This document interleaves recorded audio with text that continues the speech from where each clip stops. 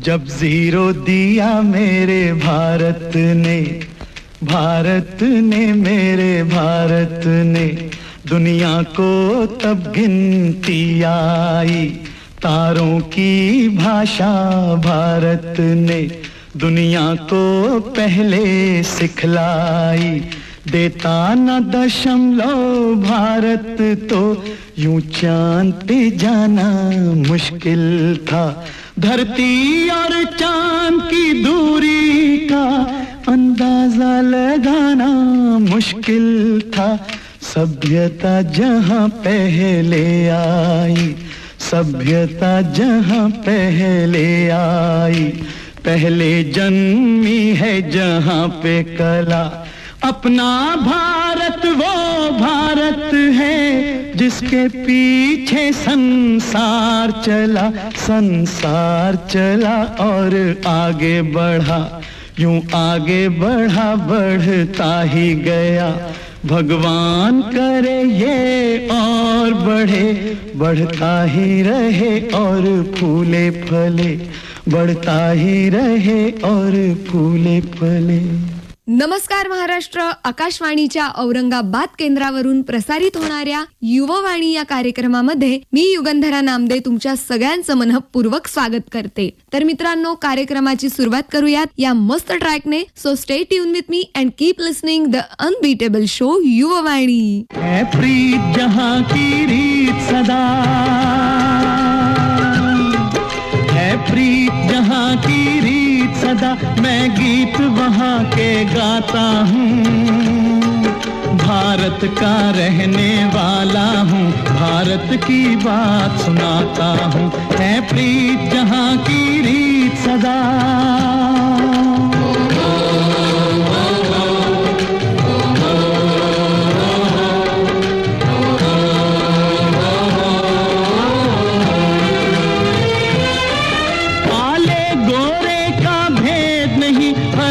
से हमारा नाता है,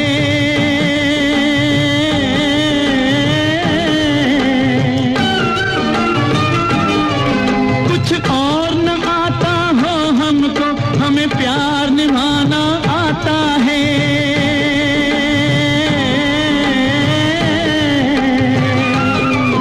जिसे मान चुकी सारी दुनिया हो, जिसे मान चुकी सारी दुनिया, मैं बात वही दोहराता हूँ। भारत का रहने वाला हूँ, भारत की बात सुनाता हूँ। है प्रीत जहाँ की रीत सदा।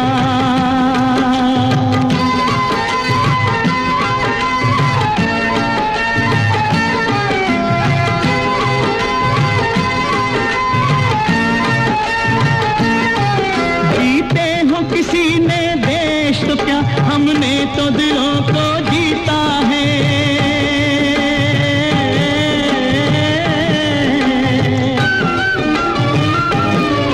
जहाँ राम अभी तक है नर में, नारी में अभी तक सीता है।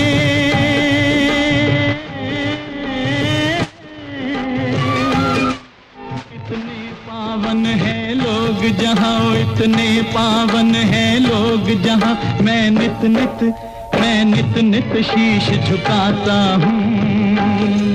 भारत का रहने वाला हूँ, भारत की बात सुनाता हूँ। मित्रांनो, आमच्या संविधान सभेत आज दिनांक 26 नोव्हेंबर 1949 रोजी याद्वारे हे संविधान अंगीकृत करून आम्ही स्वतः प्रत अर्पण करत आहोत असं म्हणत 26 नोव्हेंबर 1949 रोजी आपलं संविधान लागू करण्यात आलं। भारतीय लोकशाहीचा आधार असलेलं आपलं हे संविधान सर्वोच्च आहे। याच संविधानाअंतर्गत आपल्या देशाचा कारभार चालतो। Sardar Vallabhbhai Patel, doctor Rajendra Prasad, Pandit Jawaharlal Nehru, doctor Babasaheb Ambedkar, KM. मुन्शी या सगळ्यांमुळे आणि कॉन्स्टिट्युएंट असेंब्लीमध्ये असलेल्या प्रत्येक जणाच्या कलेक्टिव्ह वर्कमुळे, त्यांच्या कलेक्टिव्ह एफर्ट्समुळे आपल्याला आपल्या भारताचं संविधान दिसून येतं आणि हेच संविधान आपल्या लोकशाहीचा भरभक्कम आधार आहे। पण याच संविधानाबद्दल आज तरुणांमध्ये फार कमी जागरूकता दिसून येते आणि त्यामुळेच आकाशवाणीच्या औरंगाबाद केंद्राने ओळख भारतीय संविधानाची नावाची एक सिरीज चालू केली, ज्यातून आपण संविधानाबद्दल प्रचार आणि प्रसार केला. आणि आम्हाला एक प्रश्न पडला की आजचा युवक संविधान साक्षरतेसाठी काय करतोय. त्यासाठीच आम्ही औरंगाबादमध्ये एक छोटासा सर्वे केला, ज्यातून आम्हाला समजलं की बी इंडियन नावाचा एक ग्रुप आहे जो संविधान साक्षरतेची मोहीम चालवतो. तर हा ग्रुप कशा पद्धतीने काम करतो आणि त्यांचं उद्देश काय आहे हे जाणून घेण्यासाठी आपल्या 2 युवा मित्रांना बोलवलेलं आहे.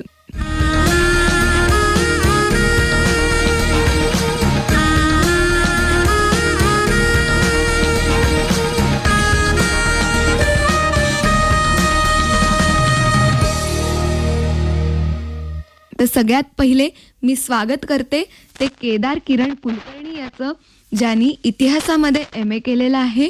त्याचप्रमाणे 5 वर्षांपासून शिक्षक म्हणून कार्यरत आहे. आणि आपला दुसरा मित्र आहे राहुल नारायण राठोड, ज्यांनी राज्यशास्त्रामध्ये MAचं शिक्षण घेतलेलं आहे डॉक्टर बाबासाहेब आंबेडकर मराठवाडा विद्यापीठातून. तर तुमच्या दोघांचंही मी मनापासून स्वागत करते. धन्यवाद मॅडम. तर सगळ्यात आधी मला तुम्ही सांगा की संविधान साक्षरता मोहीम ही नेमकी काय आहे आणि त्याचा उद्देश काय आहे. नमस्कार, माझं नाव केदार कुलकर्णी.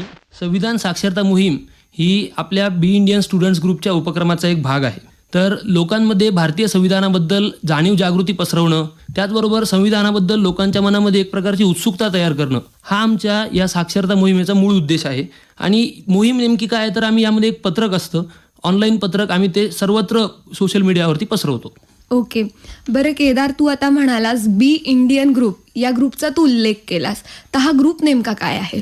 बी इंडियन स्टुडंट्स ग्रुप आम्ही जेव्हा शासकीय ज्ञानविज्ञान महाविद्यालयामध्ये शिक्षण घेत होतो त्यावेळेस 2018मध्ये आम्ही या ग्रुपची स्थापना केली. आणि या ग्रुपच्या माध्यमातून आम्ही फक्त संविधान साक्षरता मोहीम हे आमचं एक मुख्य आणि महत्त्वाचं काम तर आहेच आहे, पण याच्याच बरोबर आम्ही इतरही अनेक कामं करतो. जसं 5 जूनला पर्यावरण दिन असतो आणि 6 जूनला शिवराज्याभिषेक दिन असतो. तर या दोन्हींचा एक संयुक्त कार्यक्रम आम्ही ठेवतो. त्या दिवशी मग आम्ही स्वच्छता मोहीम असते, रक्तदान शिबिर असतं, वक्तृत्व स्पर्धा असतात, मुलांना त्यांचे विचार व्यक्त करून देण्यासाठी एखादं व्यासपीठ तयार करून तिथे त्यांचे काहीतरी कार्यक्रम घेणे, कविता वगैरे म्हणणे, हे आम्ही महाविद्यालयीन स्तरावरती आम्ही केलेलं आहे आणि अजूनही ते करतो. अरे वा. बरं राहुल, आता मी तुझ्याकडे येते आणि मला तुला विचारायला आवडेल, तुम्हाला असं काय जाणवलं की तुम्हाला ही मोहीम चालू करावी वाटली. नमस्कार, माझं नाव राहुल राठोड. मॅडम, तुम्ही जो प्रश्न विचारला तो अतिशय छान आहे. तर आपण जर विशेष बघितलं तर आपली सर्वात मोठी लोकशाही म्हणून आपल्या भारताकडे बघितलं जातं आणि त्याचं विशेष म्हणजे भारतीय संविधान, या संविधानावर आधारलेली आपली लोकशाही आहे. मग आपण जर बघितलं तर आजच्या घडीला आपण खेड्यापाड्यामध्ये असेल किंवा शहरी भागांमध्ये जरी राहत असलो तरी संविधानाचं पालन हे होताना दिसत नाहीये. आपण जर बघितलं तर आपल्याला संविधानामध्ये मूलभूत हक्क दिलेले आहेत, बरोबर, आणि त्याचबरोबर मूलभूत कर्तव्य सुद्धा दिलेले आहेत. पण आपले नागरिक काय करतात, आपल्याला मूलभूत हक्क आहे म्हणून आपण एक जोरानं सांगतो की आम्हाला संविधानाने मूलभूत हक्क दिलेले आहेत, पण आपण त्याचबरोबर हे विसरून जातो की आपल्याला संविधानामध्ये मूलभूत कर्तव्य सुद्धा दिलेले आहेत. मग मूलभूत कर्तव्याचं पालन आपण कसं करणार. तर एक छोटंसं उदाहरण मी तुम्हाला या ठिकाणी देतो. जर समजा उदाहरण सकाळी 8 वाजता आपण घराच्या बाहेर पडलो आणि आपण आपल्या कामावर जात असताना एखाद्या रस्त्याला शाळा जर लागली, त्या शाळेमध्ये राष्ट्रगीत सुरू असतं, पण काही नागरिक काय असतात, त्या गोष्टीला हे करून देतात, म्हणजे दुर्लक्ष करतात, इग्नोर करून देतात, त्याच्याकडे दुर्लक्ष करतात. पण काही नागरिक काय असतात, 52 सेकंदासाठी स्तब्धपणे त्या ठिकाणी उभं राहतात. म्हणजे काही लोक पालन करतात आणि काही लोक पालन करत नाही. मग हेच आम्हाला या ठिकाणी सांगायचं आहे की ज्या भारतीय संविधानानं आपल्याला मूलभूत हक्क दिलेले आहेत, त्याच भारतीय संविधानाने त्याच्यामध्ये मूलभूत कर्तव्य सुद्धा नमूद केलेले आहेत. मग आपण हे विसरून चालणार नाही. म्हणून आम्हाला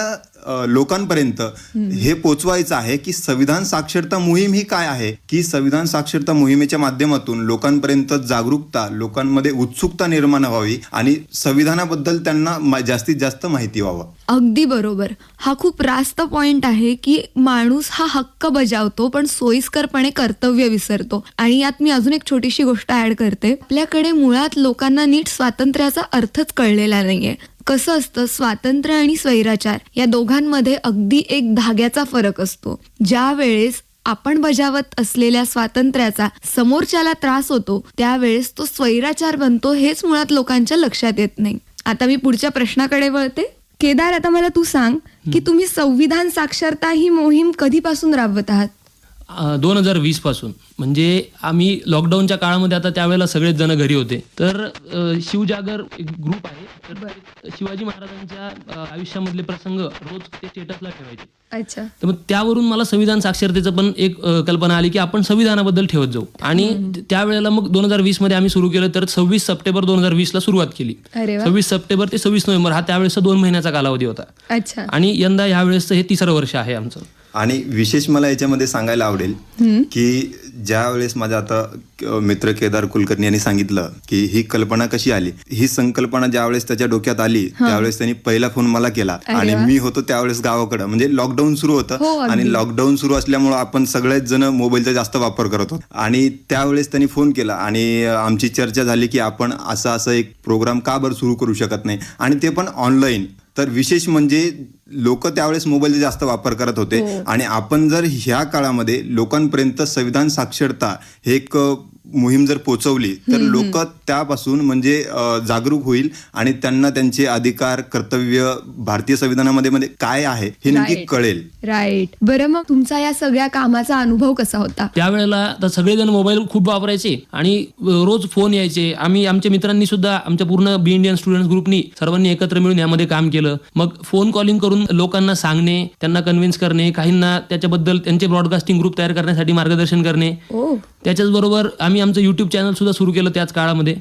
युट्यूब चॅनलमध्ये सुद्धा आम्ही संविधानाबद्दलची व्हिडिओ तयार करणे, मग व्हिडिओची ती अरेंजमेंट, आणि आमचे 1-2 क्लासेस ओळखीचे आहेत, तर त्यामध्ये आम्ही तिथे त्यांच्या क्लासमध्ये ते व्हिडिओ बनवायचो. ते करून आम्ही म्हणजे सगळं मित्रांनी आम्हाला साथ दिली. त्यामध्ये आमचा मित्र जो आहे ऋषिकेश कांबळे, आमच्या ग्रुपचा मुख्य एडिटर आहे. त्यांनी सर्व पोस्टर तयार केले ऑनलाईन, त्याला ते एकदम उत्तम पद्धतीने तयार करता येतात. उमेश धारक आहे, राहुलनी पण खूप मदत केली आणि इतरही अनेक मित्र आहेत. सर्वांनी मिळून याच्यामध्ये खूप उत्स्फूर्तपणे सहभाग घेतला आणि लोकांनी खूप प्रतिसाद दिला. तर त्यावेळेला 2020 मध्ये जवळपास ते पत्रक 5-10 हजार लोकांपर्यंत तरी पोहोचत होतं ऑनलाईनच्या माध्यमातून. आज ही संख्या खूप वाढलेली आहे. मागच्या वर्षी आम्ही 15 दिवस मोहीम राबवली आणि यावेळेस पण 15 दिवस ही मोहीम आहे. That's great. तुमच्या टीमच्या कलेक्टिव्ह एफर्ट्समुळे आज तुम्ही लोकांना संविधान साक्षर बनवू शकताय. बरं, मला जाणून घ्यायला आवडेल की तुमच्या या युट्यूब चॅनलचं नाव काय आहे? आमच्या युट्यूब चॅनलचं नाव आहे बी इंडियन स्टुडंट ग्रुप. ओके. त्याचप्रमाणे मला सांगायला हे आवडेल की आमचं बी इंडियन ग्रुप हे आम्ही जे स्थापन केलेलं आहे ह्याचं मुख्य उद्देश काय आहे, तर आपण बऱ्याच ठिकाणी असं बघतो की आता बी इंडियन याचा आपण जर मराठीत जर विचार केला तर मराठीत याचा अर्थ उलटा होतो, म्हणजे भारतीय व्हा, भारतीय बना. मुळात प्रश्न हा पडतो की आपण भारतीय नाहीत का, आपण भारतीय आहोत. पण मी ज्या प्रकारे तुम्हाला सांगितलं पहिले की आपल्याला भारतीय संविधानानं मूलभूत हक्क दिलेले आहेत, मूलभूत कर्तव्य दिलेले आहेत, मग त्याचप्रमाणे आपण मूलभूत हक्क मागताना आपण ओरडून सांगतो की माझा मूलभूत हक्क आहे, मग आपण मूलभूत कर्तव्य बजावत नाही. त्याप्रमाणे आमच्या मनामध्ये प्रश्न पडला की आपण भारतीय तर आहोतच, पण आपण पुन्हा म्हणजे भारतीय होण्याची गरज आहे, कारण आपण त्याप्रमाणे कर्तव्याचं पालन करत नाही. आणि विशेष म्हणजे संविधानाचं जेवढं लोकांमध्ये जागरूकता निर्माण व्हायला पाहिजे तेवढं नाहीये. म्हणून आम्ही हे विशेष केलं की आपण भारतीय बना, म्हणजे बी इंडियन. यामध्ये मला अजून एक गोष्ट सांगायची आहे, ती म्हणजे काय, तर भारताच्या बाहेर जेव्हा कधी आपण जातो तिथे आपली ओळख काय असते, इंडियन. बरोबर. मग इथे भारतामध्ये राहताना प्रत्येक जण कोणी विचार करेल मी महाराष्ट्रात राहतो, मी महाराष्ट्रीयन आहे. दुसरा कोणी राहील तो उत्तर भारतीय म्हणेल, खाली असेल एखादा तो मी म्हणेल मी कानडी आहे. इथं मला डॉक्टर बाबासाहेबांचं एक वाक्य आहे, तर ते आम्ही आमच्या ग्रुपचं ब्रीद वाक्यच ठरवलेलं आहे. I am firstly also and I am lastly also an Indian. Yes, that is proudly proclaim that we are an Indian. म्हणजे ही आम्हाला इथं मूळ उद्देश सांगायचा आहे की आपण इथे भारतीय, प्रथमताही भारतीय आणि अंतिमताही भारतीयच आहोत. अगदी बरोबर आहे. बरं, तुमच्या ह्या मोहिमेची कार्यपद्धती कशी आहे किंवा तिचं स्वरूप कसं आहे? तर मी जसं आता आमच्या मित्राचा उल्लेख केला, त्यांनी आम्हाला हे सगळे पोस्टर्स एकदम चांगल्या पद्धतीने तयार करून दिले आणि आम्ही हे पोस्टर्स ब्रॉडकास्टिंग ग्रुप जे असतात व्हॉट्सअपचे, त्यामध्ये आम्ही एका ग्रुपमध्ये 200 ते 250 लोकांना त्याच्यामध्ये ऍड केलेलं असतं. मग अशामध्ये आम्ही ते ग्रुपमध्ये पोस्टर टाकतो. त्यामध्ये आम्ही ज्यांना पाठवतो ते सुद्धा लोक त्यांचे पोस्टर्स म्हणजे त्यांचे पण वेगळे ग्रुप्स असतात, ते त्यांच्या ग्रुप्समध्ये टाकतात. मग ते इंस्टाग्राम, फेसबुक, इतर त्यांचे जे सोशल मीडियाची माध्यम आहेत त्यामध्ये ते पसरवतात. आणि याचबरोबर ह्या मोहिमेमध्ये आता ही ज्यावेळेस ही 15 दिवसाची आहे, त्यामध्ये आम्ही 2 टेस्ट सुद्धा ठेवतो, ऑनलाईन टेस्ट ठेवतो आणि गुगल फॉर्म्सच्या माध्यमातून ह्या टेस्ट ठेवतो. 1-2 ॲप्लिकेशन्स आहेत अजून. आणि त्यानंतर आमच्या युट्यूब चॅनलचे जे व्हिडिओ आहेत ते व्हिडिओ सुद्धा आम्ही त्यांना देतो. त्याबरोबर काही PDF फाईल आणि ऑनलाईन संदर्भ पुरवतो. अच्छा. आणि याचबरोबर 26 नोव्हेंबरला ज्या दिवशी आपला संविधान दिन असतो त्या दिवशी या मोहिमेची शेवटचा दिवस असतो आणि त्या दिवशी आम्ही त्यांना त्या दिवशी किंवा त्यानंतर एक आठवड्याच्या आत त्यांना ऑनलाईन प्रमाणपत्र सुद्धा देतो. त्यांचे काही प्रश्न असतील, संविधानाविषयी कुणाला काही चर्चा करायची असेल, प्रश्न असतील, तर आम्ही काही मान्यवर व्यक्तींचे चर्चासत्र, ऑनलाईन चर्चासत्र सुद्धा आम्ही आयोजित करतो. अरे वा, जास्ती तुमचं मोहीम ही ऑनलाईन पद्धतीने राबवता. तर यामागचं तुमचं मुख्य कारण काय आहे? जसं मी तुम्हाला सांगितलं की मोबाईल हा सर्वात प्रभावी माध्यम आहे, म्हणजे सोशल मीडिया हे प्रश्नच लोकांपर्यंत पोहोचण्याचं सर्वात प्रभावी माध्यम आहे. अगदी बरोबर. त्यामध्ये आम्ही सुरुवातीला ज्यावेळेस सुरुवात केली ह्या मोहिमेची सुरुवात आम्ही ऑनलाईनच सुरुवात केलेली आहे. लॉकडाऊनमुळे लॉकडाऊनमध्ये हे सर्व सुरू होतं आणि मोबाईल जास्त वापर करत होते, त्यामुळं आमच्या मनामध्ये ऑनलाईन सुरू करावी म्हणून आमच्या मनामध्ये हे प्रश्न आलेत की आपण जर विचार केला तर जास्त प्रमाणात मोबाईलचा वापर केल्यामुळं आपण लोकांपर्यंत जास्त दूरपर्यंत पोहोचू शकतो. फक्त महाराष्ट्रातच नव्हे तर आपण भारताच्या वेगवेगळ्या राज्यांमध्ये आपले मराठी लोक महाराष्ट्राच्या बाहेर राहणाऱ्या राज्यांमध्ये तिथून सुद्धा आम्हाला प्रतिसाद आलेला आहे. तिथून ते आम्हाला फोन करून सांगतात की आम्ही ह्या राज्यामध्ये आमचं काम आहे, पण आम्ही तुमचं ते पत्रक बघितल्यानंतर तुम्हाला फोन केला आणि तुम्ही जे संविधान साक्षरता मोहीम सुरू केलेली आहे ते अतिशय छान आहे. म्हणजे असे आम्हाला प्रत्येक म्हणजे राज्य असेल किंवा प्रत्येक जिल्हा असेल महाराष्ट्रातल्या सगळीकडून आम्हाला प्रतिसाद मिळतोय ऑनलाईनच्या माध्यमातून. आणि यामध्ये मला आणखी एक सांगायचं आहे ते म्हणजे काय की ऑनलाईनच्या माध्यमातून राबवण्यामुळं एकतर वेळ वाचतो हो आणि ₹1 सुद्धा खर्च येतो. खर्च आहे. हे अगदी बरोबर आहे. हा स्मार्ट डिसिजन होता तुमचा. मला तुम्हाला विचारायला आवडेल की तुम्ही हे जे पोस्टर्स बनवतात तर हे व्हर्नॅक्युलर लँग्वेज मध्येच असतात का फक्त? सध्याच्या वेळेला तरी आम्ही गेले 3 वर्ष झाली हे फक्त मराठीमध्येच करतो आहोत. ओके. पण आम्हाला 1-2 जणांनी ह्या मागण्या पण केल्या की ही हिंदीत करा. आणि अगदीच ती भावना माझी सुद्धा आहे, कारण हिंदी ही आपली राष्ट्रीय भाषा आहे आणि जर ते हिंदीमध्ये झालं तर ते अख्ख्या भारतभर अगदी सहजरित्या पोहोचू शकेल आणि लोकांपर्यंत ते खूप चांगल्या पद्धतीने पोहोचेल.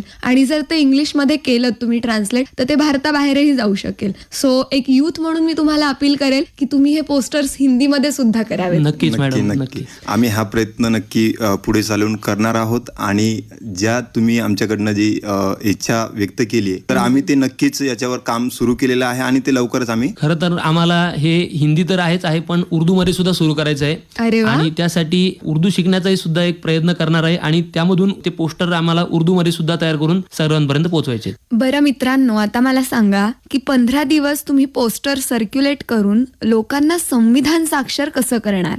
तुम्ही जे विचारलं प्रश्न हा खूप महत्वाचा प्रश्न आहे. आपण एखादी गोष्ट ज्यावेळेस सुरुवात करतो ती खूप छोटी गोष्ट आपण सुरुवात करतो आणि ती होताना खूप मोठी होते, बरोबर?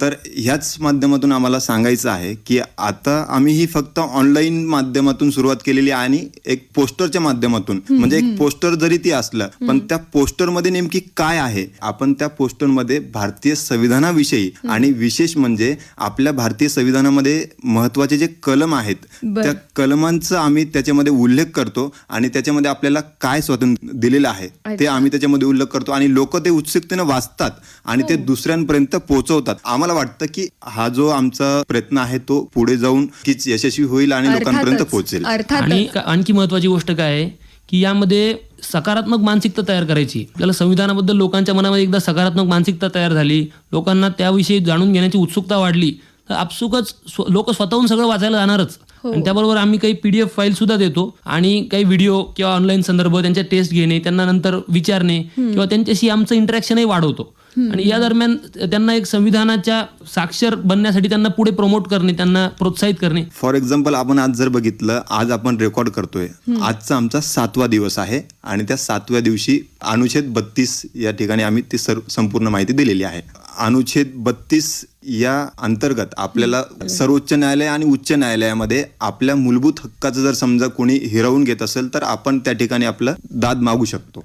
बरं, तुम्हाला लोकांकडून जर फीडबॅक हवा असेल तर तो तुम्ही कशा पद्धतीने घेतात आणि तो कशा प्रकारचा असतो?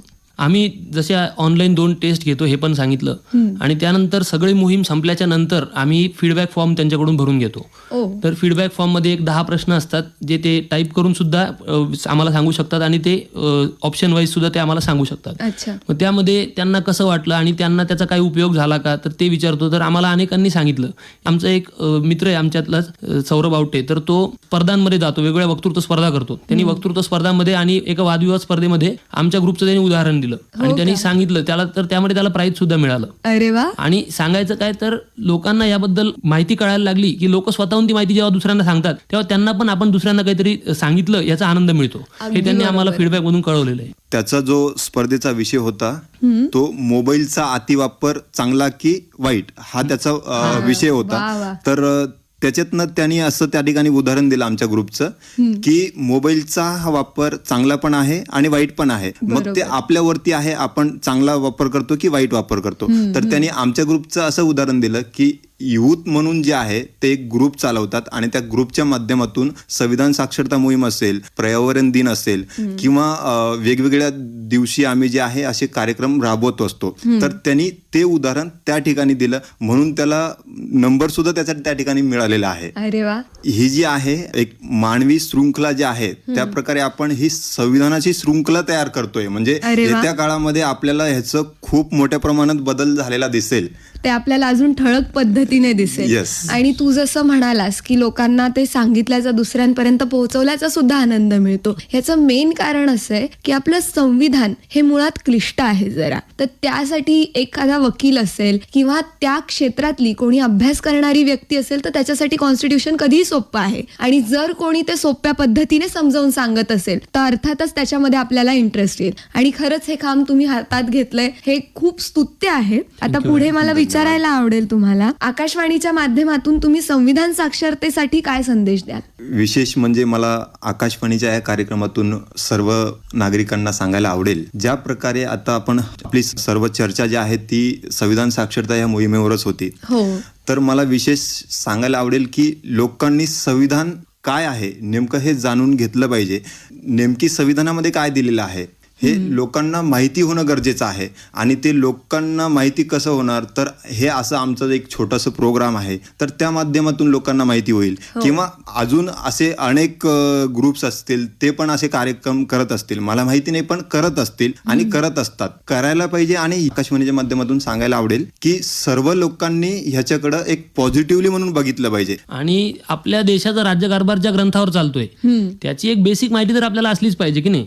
आणि मुळात मला एक सांगायचं की संविधान हे कुणा एका जाती धर्माचं नाही, ते सगळ्यांचं आहे, ते संपूर्ण भारताचं आहे. तर आपण प्रत्येकाने ते जाणून घेतलंच पाहिजे. अगदी बरोबर. बरं, केदार कुलकर्णी, राहुल राठोड, तुम्ही दोघं पण इथे आलात आणि तुम्ही दोघांनी खरंच ही स्तुत्य मोहीम हातात घेतलेली आहे आणि तुमच्या माध्यमातून खूप लोक संविधान साक्षर होत आहेत. तुम्ही इकडे आलात, इतकं छान आमच्या सोबत गप्पा मारल्या, त्याबद्दल मी तुमच्या दोघांचेही आभार व्यक्त करते. धन्यवाद. विशेष तुमचे आभार आहेत आणि धन्यवादही आहेत कारण आमच्यासारख्या छोट्या एक म्हणजे फक्त आम्ही विद्यार्थी जीवनामध्ये ज्यावेळेस असं काम करत असतो त्यावेळेस आमच्यासारख्या विद्यार्थ्यांना इथे येऊन एक संधी देणं आमच्यासाठी खूप मोठी गोष्ट आहे.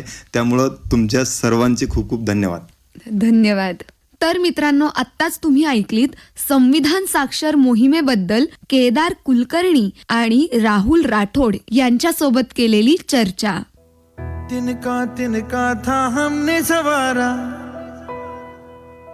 अपनी वो माटी और घर बारा, लुट रहा ये चमन अपना वतन, आंखों से अपनी लुट रहा ये चमन अपना वतन, आंखों से अपनी संकल्प बोल के हम तो निकल पड़े, हर द्वार खोल के गगन गए विजयी भव, विजयी भव, गगन गए विजयी भव.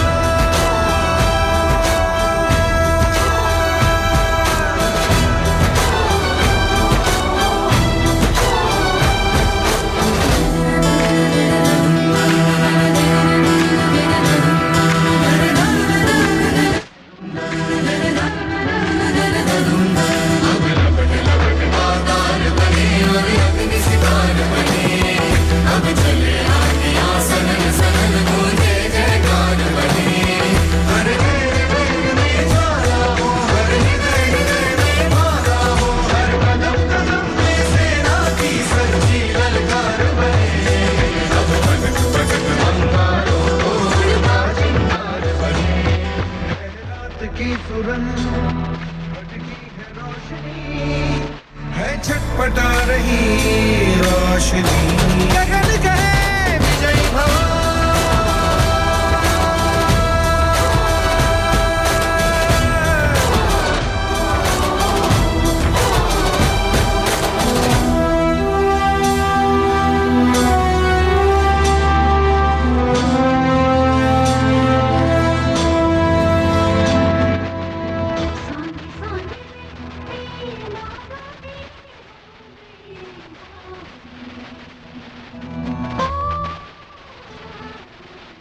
भोली सी तेरी बांसुरी खो गई सावरे घायल है तेरा जल तू नदी है राह बदल पानी बुलबुला रहा है कल कल कल तू निकल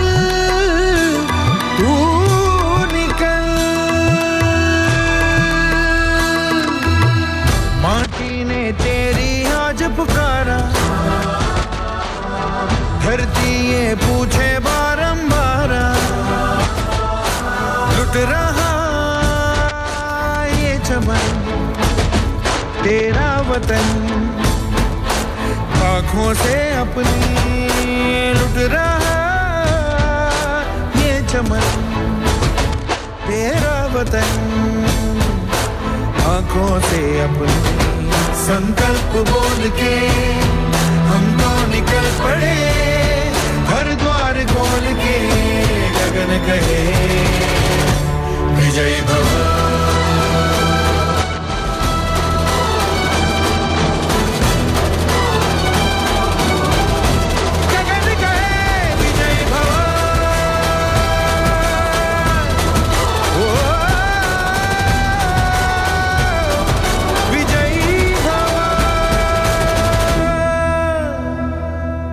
चला तर मित्रांनो, कार्यक्रमामध्ये आता वेळ झालेली आहे तो तुमचा निरोप घेण्याची. तर मी युगंधरा नामदे आता तुमच्या सगळ्यांचा निरोप घेते. तुम्ही ऐकत होतात आकाशवाणीच्या औरंगाबाद केंद्रावरून प्रसारित होणारा आपल्या सगळ्यांचा आवडता कार्यक्रम युववाणी. या कार्यक्रमाच्या सादरकर्त्या होत्या नम्रता फलके. तर पुढच्या गुरुवारी पुन्हा एकदा आपली भेट होणारच आहे. Till then, bye bye friends.